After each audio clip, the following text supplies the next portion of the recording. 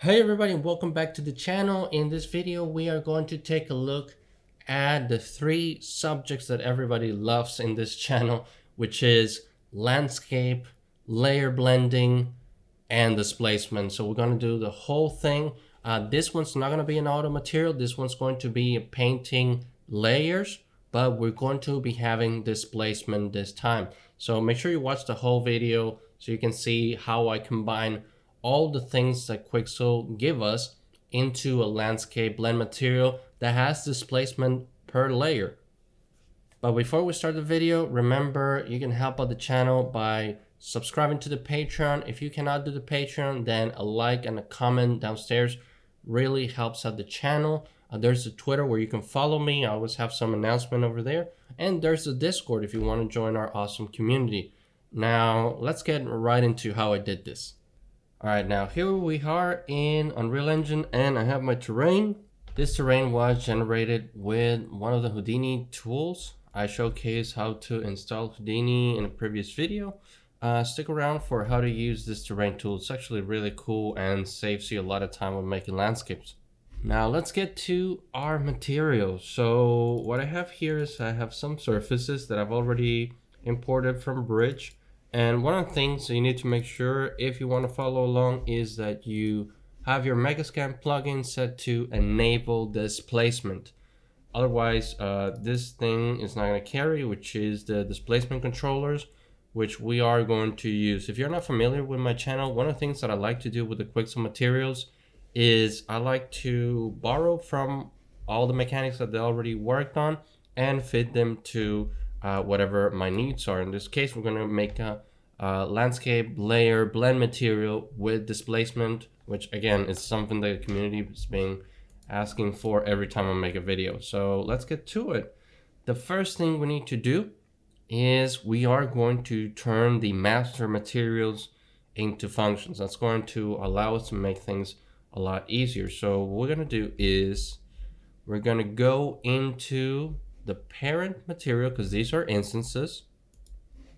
So just click the little magnifying glass and it will take you there. So we double click this one, and actually before we double click that one, we need to make a copy. I always like to make copies because if I mess up, I don't have to re-import anything. I can just delete the copy I made, make another copy, so on and so forth. So I always recommend you guys do that. Right click, duplicate, and we get our copy. Let's name it underscore blend. There you go. So now we do double click this one, and let's talk about various things. If you have not seen my video on the updated version of the Quixel Materials, there's going to be a link in the description, but just a quick summary. This is where everything is going on regarding how the material actually works.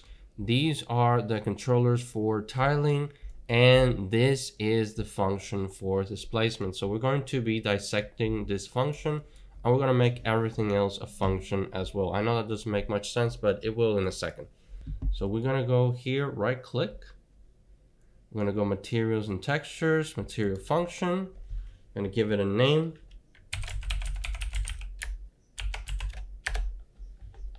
Okay, I name it material A. You can name it whatever you want. Since we're making functions, we're not going to be changing the textures like it's supposed to be done here. The reason why they have a master material done this way is that you can change the texture maps on the instances. We're not going to do that because we're going to make all the functions into a big blend material. So I'm just going to name it material A. Again, you can name it whatever you want. Double click on it.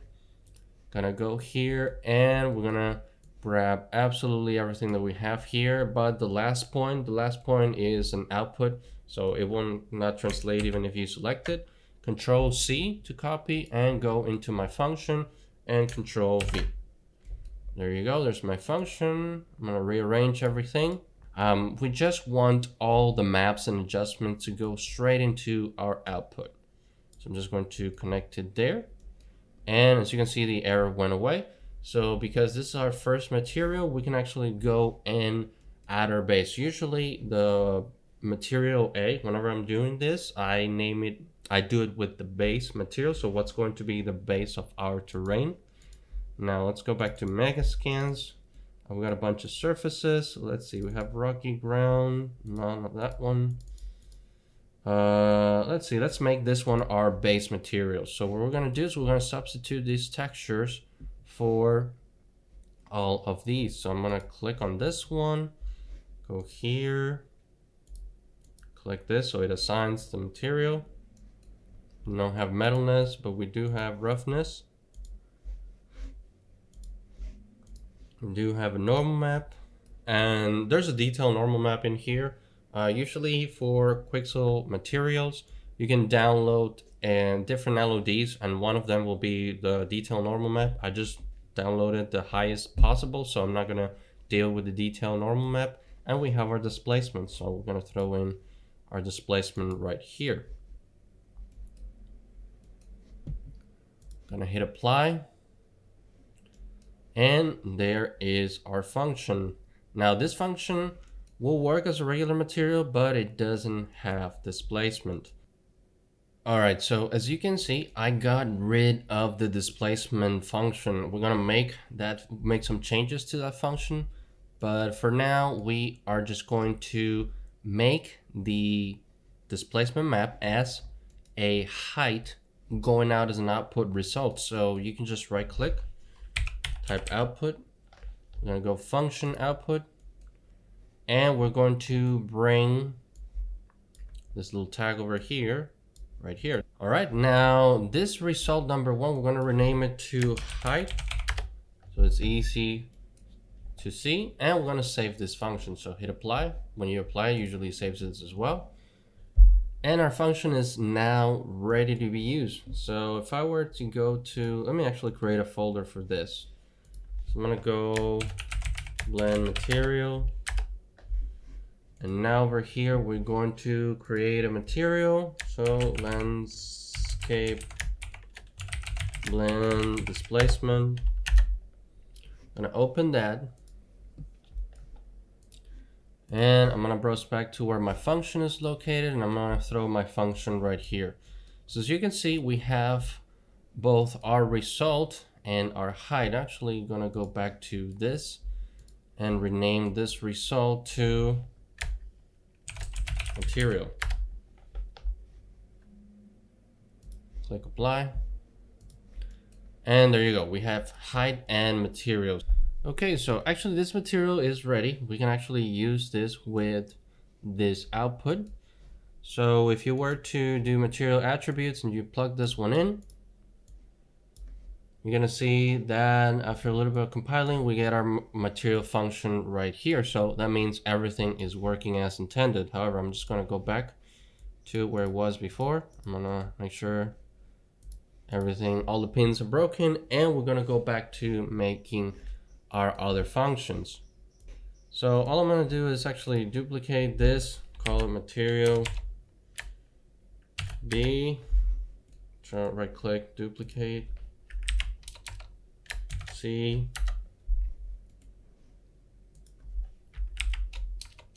and D. Okay, right now I'm going to do exactly what I just did. So I'm gonna time lapse this part so I don't waste your time, and I'll see you back in a little bit.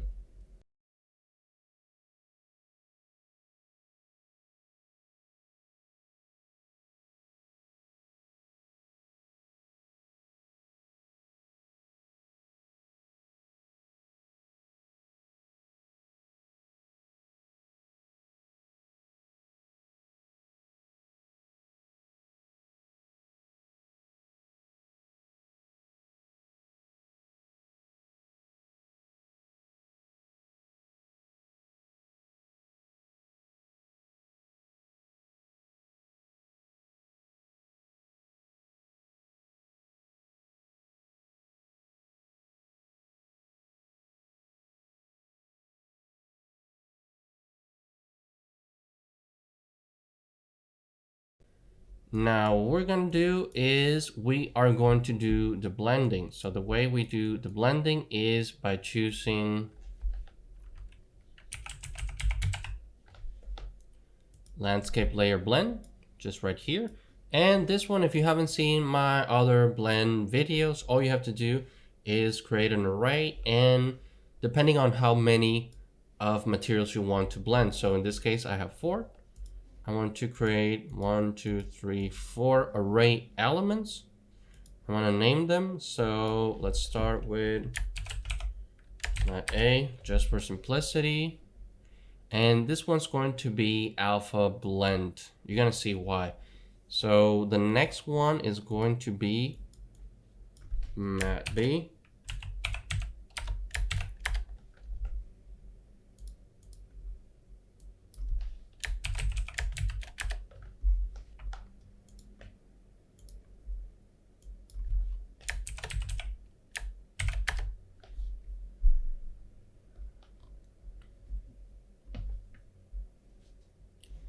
All right, so we have all of our arrays. Now, because we have a height layer, one of the things is we're going to be mixing the painting by using the displacement map. So I'm going to change all these into layer height blend. Okay, and now you're gonna see that there's a little height pin coming off. The reason why I don't do it on the first one is because that's a base layer. So that's not going to blend with anything underneath. That's how I understand it. So I'm going to do this and this, okay? So all we have to do now is we're gonna go material A with material A, material B with layer B, and same deal with the other ones.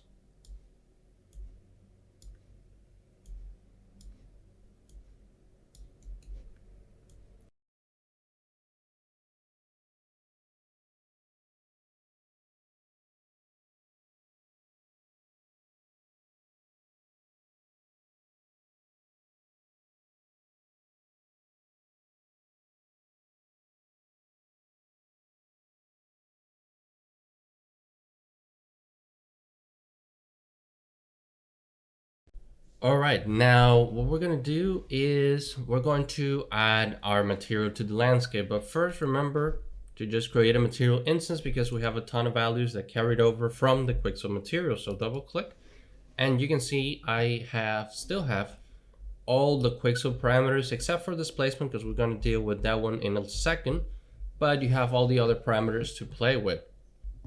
And we're gonna add the material there. It's gonna be all black. Now, because this is being done with the Houdini tool, you're gonna see there are some things that are different here. So if I go to paint, you're gonna see that I have 2 extra layers that came because of the Houdini tool.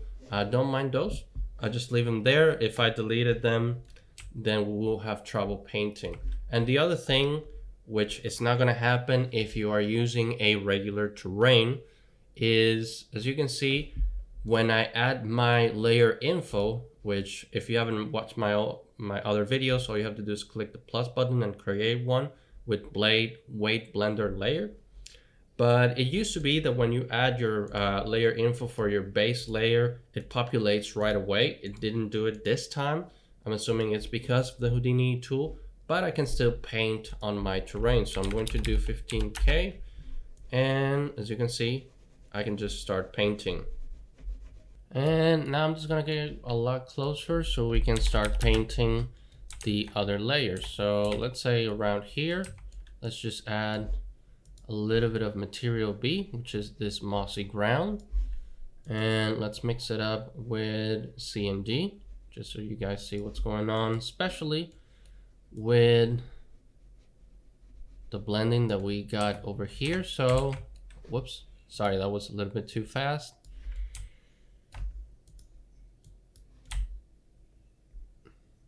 Now, if we go over here, you can see how the blending is working, and it's actually looking really nice from this distance. So what we're gonna do now is we're gonna add displacement, because right now all we're seeing is normal maps and everything else. We don't have anything racing up this terrain other than what the terrain tool did before. So let's get into displacement. All right, so for that, I'm going to open my material, And we're going to go into the functions because we're going to be using some of the functions over here. Go into functions, and we already have a copy. Like I said, I always make a copy just in case. And you're going to see that over here we have a couple of things that we can use. Actually, if I bring this over, this function, you can see that it has two inputs. So it has the material right here, and it has the height. The reason why it has this material pass-through is because whenever the Quixel material is functioning, it needed to bring all the other attributes to the output because it just had one single output. But what we did is we made actually two outputs for this. So before, the displacement was going into the displacement with the attribute materials. I was going straight into this output. What I did is I just took out this output height so we can do it separately. All right, so a couple of things that we can do is we're going to take these controls and we're going to bring them over into our material. So I'm going to do Control X to cut and Control V to paste. All right, so this is going to be our tessellation multiplier. There's not much to do here. We're not going to connect any of these to the tessellation multiplier. It just has to do with the absolute world position and our camera position.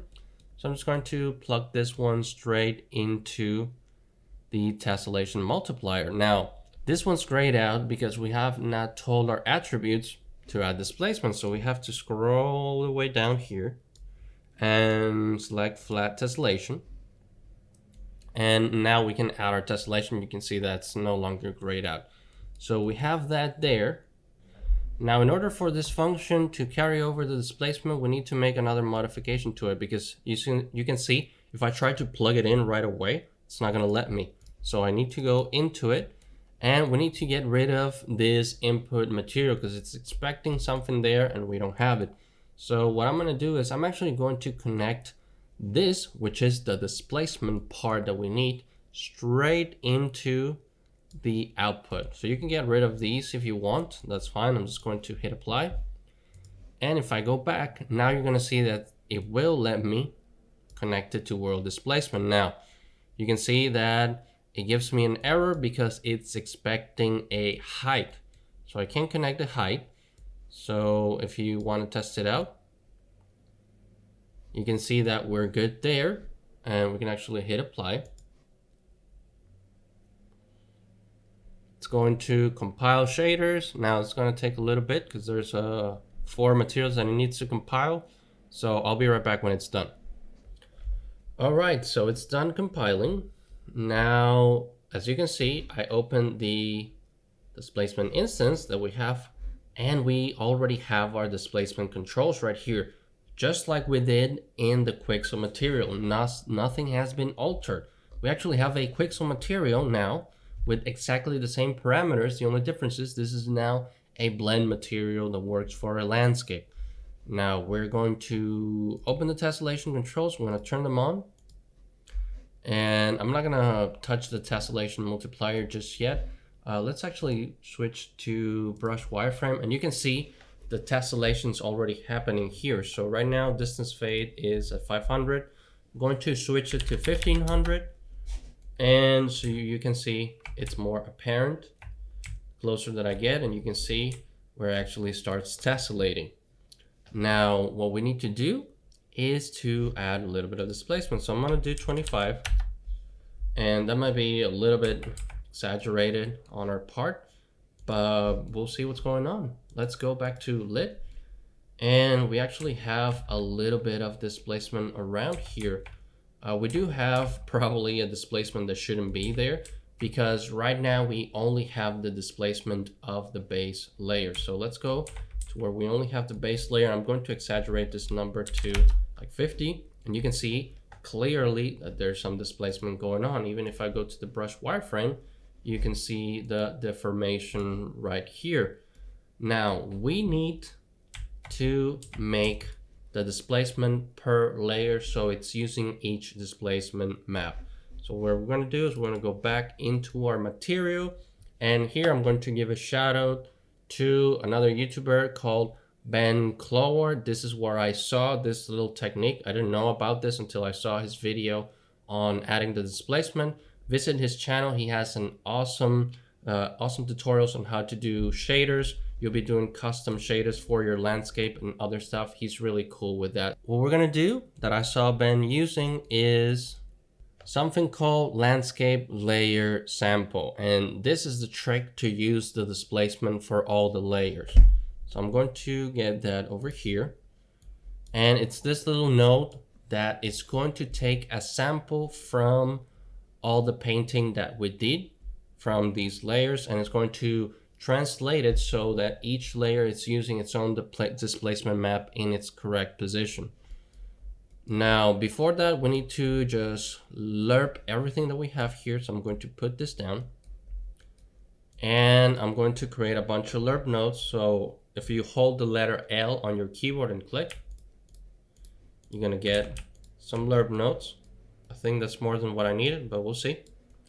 So we're going to start lerping between the height of my base. So height A, height B. And what we're going to be using as alpha is this landscape sample node. All right. So I'm actually going to give it the same name of the mask that I painted. So I'm going to start with material B because material A is pretty much my base. So I wanted to recognize what I painted on top of my base. So I'm going to name it as mat B. And I'm going to plug it here. And this lerp node goes into another lerp node.